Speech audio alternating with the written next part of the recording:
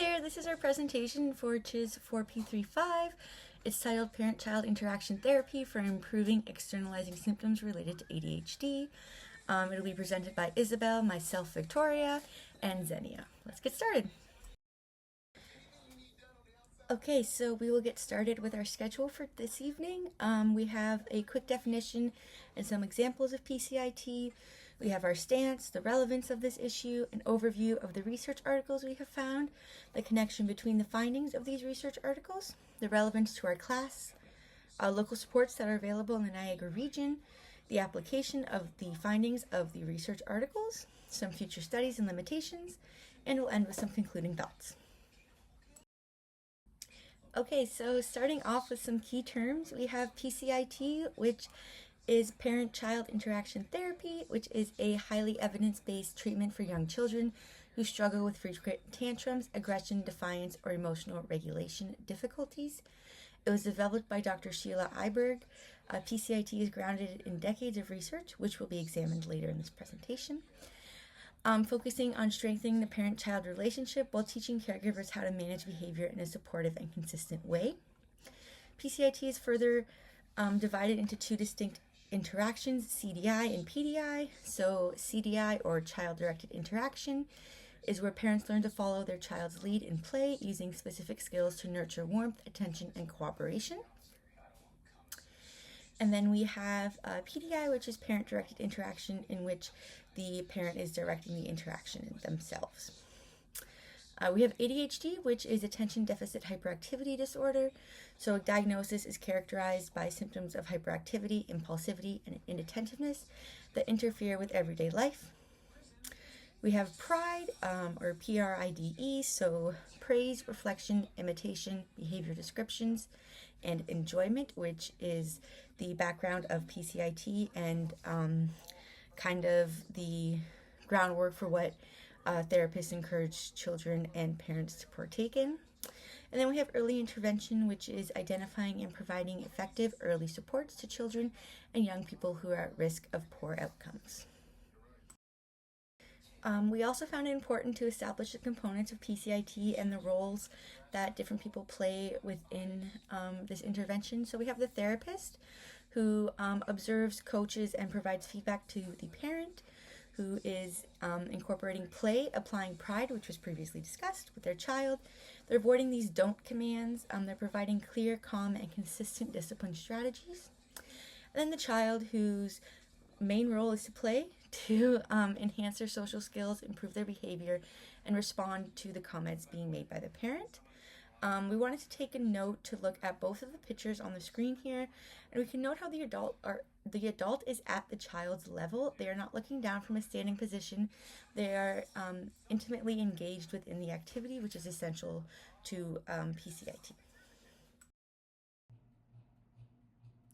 Our stance is that Parent-Child Interaction Therapy, PCIT for short, is a powerful and effective therapy for children with ADHD and other externalizing behaviors such as aggression, tantrums, and inattention.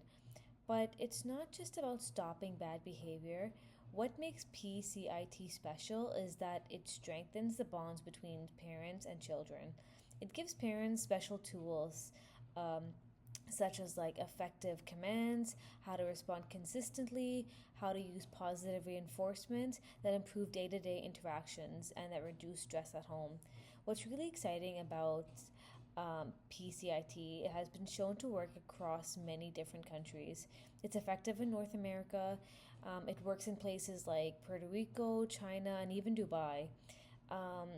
That flexibility is pretty big when we think about applying it here in Canada, especially that we have such diverse communities in the Niagara region.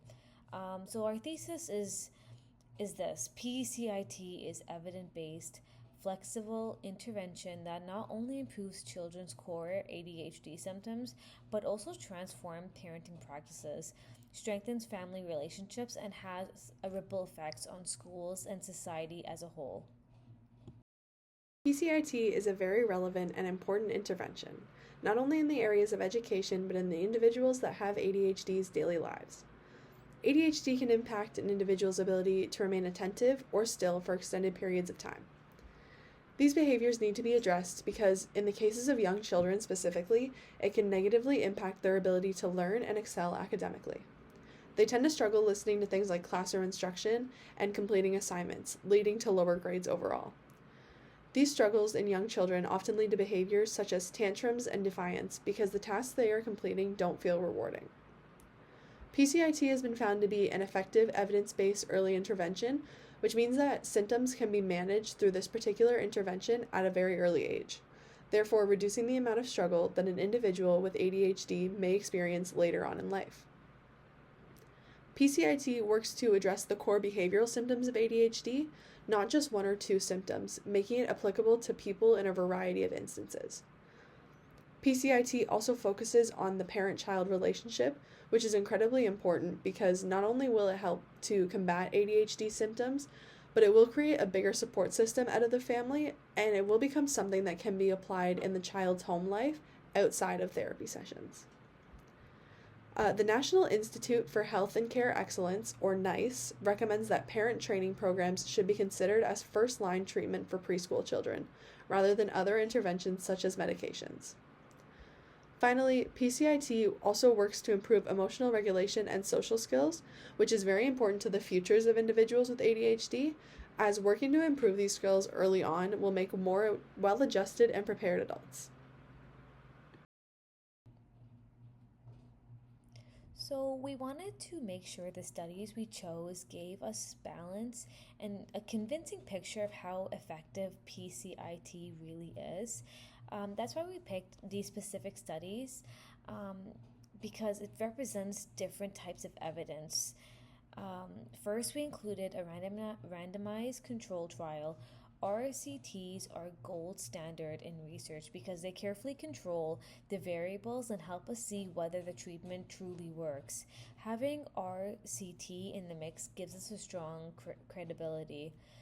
The next one we looked into was the pilot study, which is smaller but really useful for showing how PCIT can work in specific communities.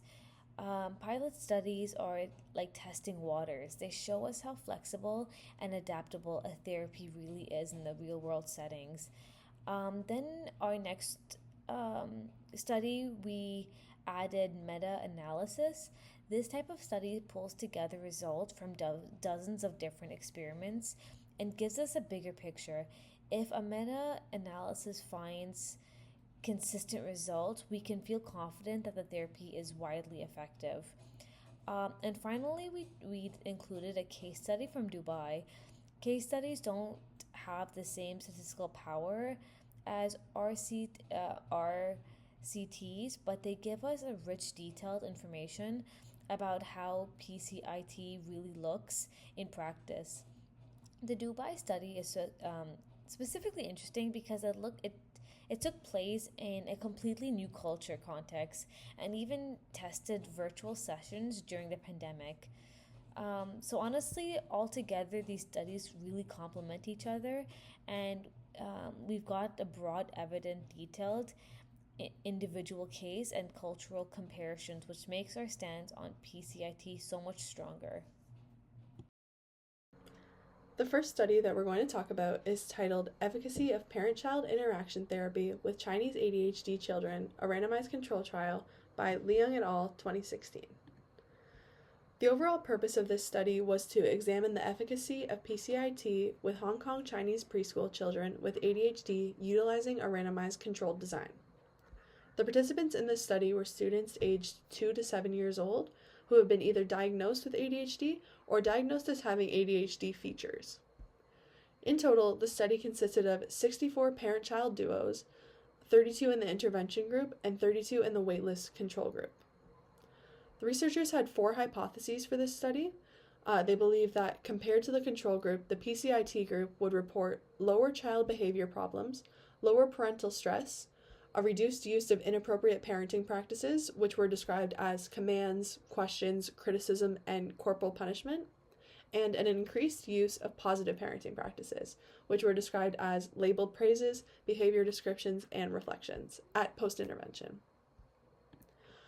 Both the intervention and control group participants were requested to complete a set of questionnaires before treatment, after treatment, and 3 to 5 months later, and both groups were assessed on their parent-child interaction by PCIT practitioners.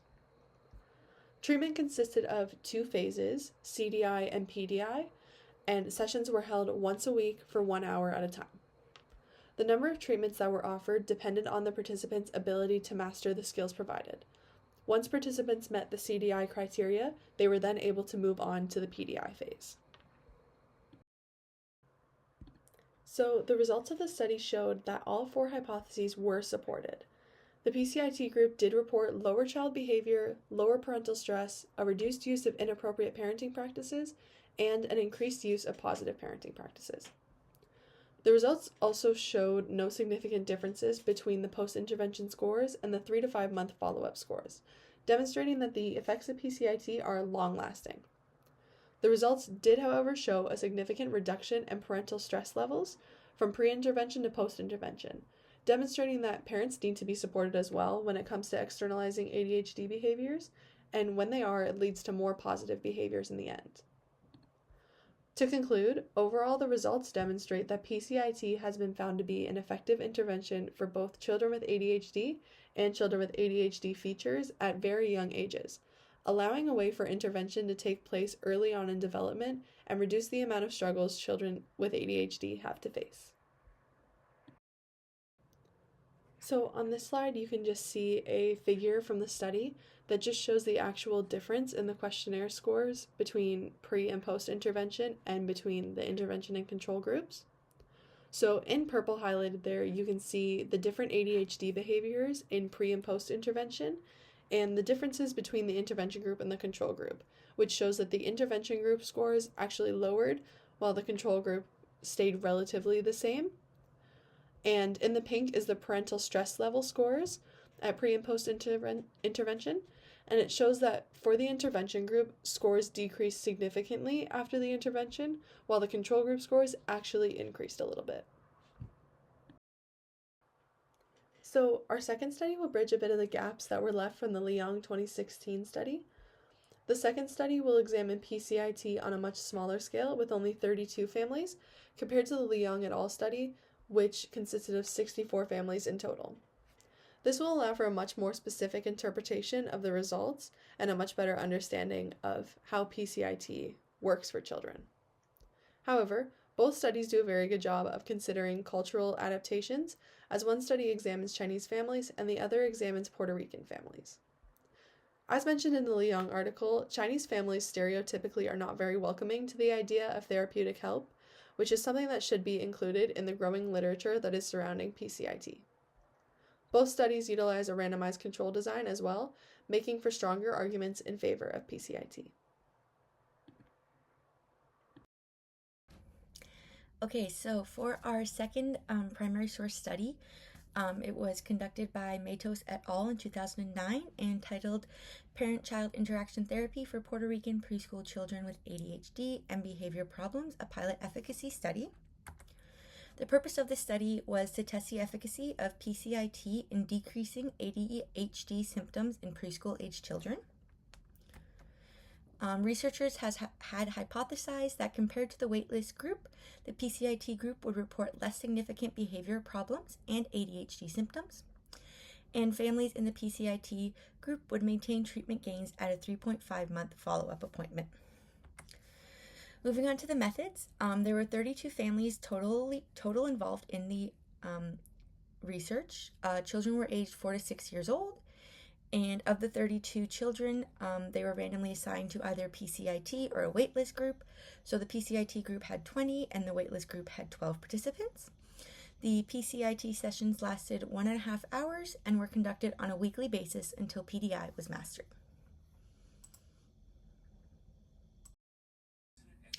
So looking at the results from the Matos et al. 2009 study, you can see that in the red highlighted column, both groups were similar in scores pre-treatment. So you can see that the PCIT group is at the top, and then the waitlist or the WL control group is the bottom number. You can see that they're fairly similar. There are some distinctions, but For the most part, they're similar. And then in the post-treatment, which is the blue, you can see that the PCIT group had lower levels of the measured outcomes, showing that the treatment was in fact working, decreasing those behaviors. And then in the green, it shows only for the PCIT group because that was the only group that was followed up. And you can see that in the 3-month follow-up, their scores held and the treatment gains remained the same. So now we're going to talk more so about the results that were explained in the figure on the previous slide.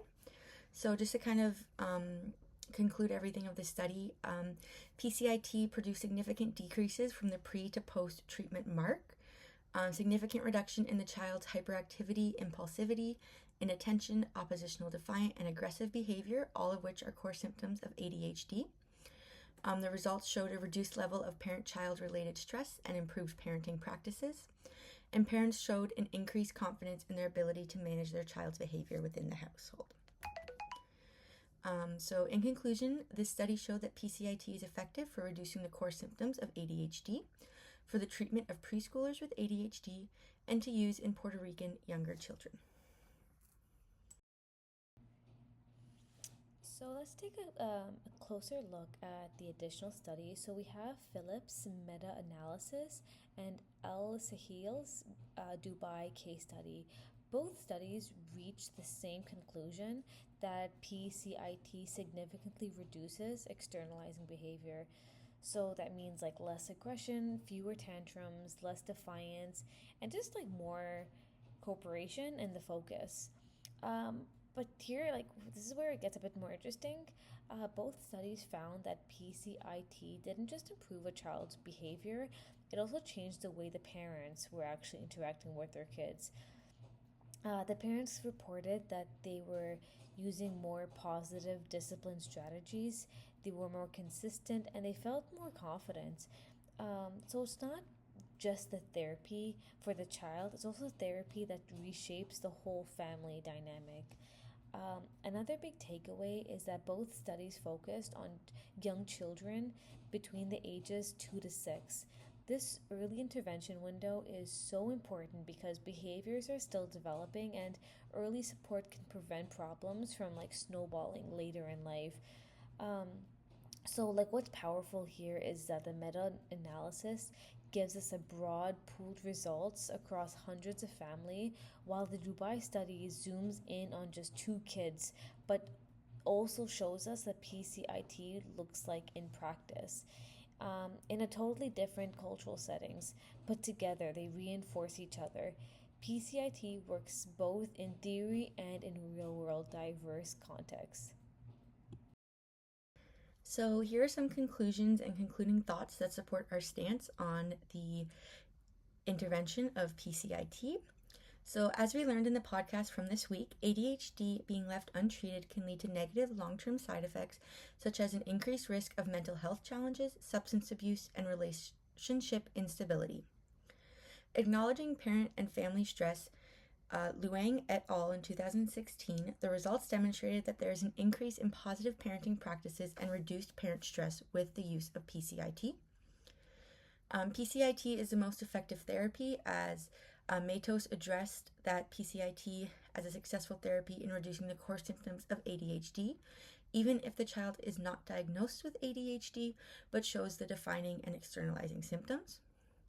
It is also culturally adaptive as each study discussed conducted PCIT in different languages and in different geographical regions of the world, such as China, Puerto Rico, and Dubai.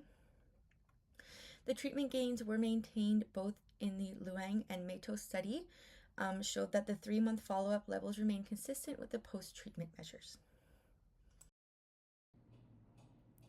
So even though PCIT already has a strong evident base, there's still a lot of questions we could explore in future research. So for one, we need larger trials in order for different parts of the world to confirm how generalized the results are. Having big studies would help us see if PCIT works equally across different communities and countries. We also need long term studies. Right now, we know PCIT works in short term, but we don't have enough or as much information on those improvements um, that last into childhood to adulthood. So it's a really important gap because ADHD and behavioral challenges don't just stop at the age of 6. Um, another exciting area is telehex. The Dubai case study shows the virtual PCIT sessions can work, which raises the possibility of reaching families who live in unserved communities. So, like, imagine families in Northern America being able to have access to therapy without having to travel long distance. That could be a game changer. Um, and like finally, I think in Canada we need to focus on how PCIT can actually be adapted for Indigenous immigrant and refugee families. These kind of communities may have a unique cultural values and needs, and research should make sure that PCIT is accessible and respectable for um, effective for everybody. Okay, so let's start with schools and healthcare in Niagara. In schools, PCIT strategies could help teachers and parents work together to get so kids could get the same consistent expectations at home and in the classroom. So this means like fewer disruptions, smoother learning environments, and better social interactions for all the students. Teachers benefit too, less stress, more time to actually teach. Um, and on the healthcare section, Niagara already has strong support, such as Niagara Children's Center Behavioral um, Consultant Program, which also works with young kids who have behavioral challenges. Um, there's also Pathstone's Mental Health, which also offers family focused care. And then there's also Bethesda's Children's Behavioral Services. It's primarily designed for kids with autism, but also supports kids with ADHD and other developmental strategies. Um, Many children don't have just one diagnosis. They might have autism and ADHD, or um, ADHD along anxiety. So PCIT is especially valuable here because it gives parents tools that work across multiple diagnoses. It also doesn't just target like one condition. It strengthens parent child relationships and teaches flexible strategies that apply in different situations. So PCIT could complement what's already happening in Niagara's healthcare system by giving families a structured, hands-on approach that works across a wide range of needs. Okay, now let's think bigger: cultural relevance and society. Niagara is a diverse region with immigrant and refugee families, as well as indigenous communities.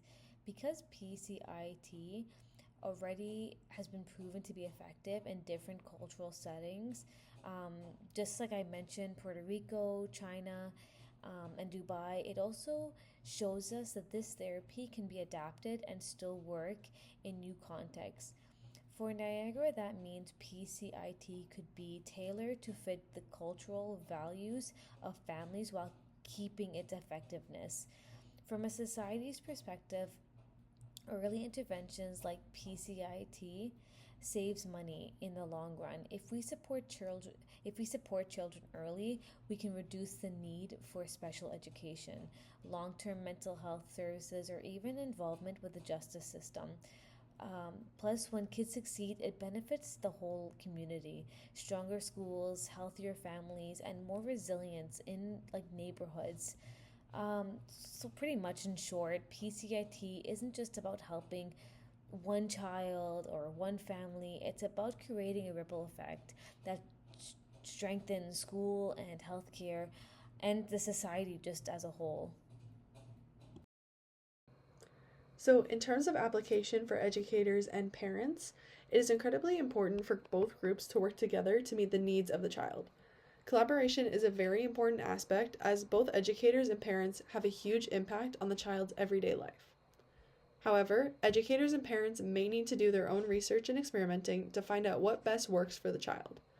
Not everything will be readily available to them, and every child with ADHD is unique, so parents and educators will need to workshop ways to set the child up for their success. Consistency is also key for supporting a child with ADHD. Parents and educators should work to apply the same strategies at home and at school so that there's no confusion in the child and that they know what is expected of them no matter the environment they're in. This goes hand in hand with communication, as parents and teachers cannot collaborate consistently without constant communication. And finally, for parents, PCIT is a very effective alternative for those who want to avoid using pharmacological interventions for their young children. Overall, we have seen through the studies that PCIT is a very adaptable intervention for ADHD. It can be used to combat various symptoms in differing age and cultural groups. The studies also demonstrated that PCIT has a long-lasting positive effect for children with ADHD as well as their parents. To conclude, we as a group believe that PCIT should be used as a primary intervention method for ADHD in young children, as it is an effective intervention for reducing aggressive behaviors while also improving attention and emotional regulation. Thank you for listening.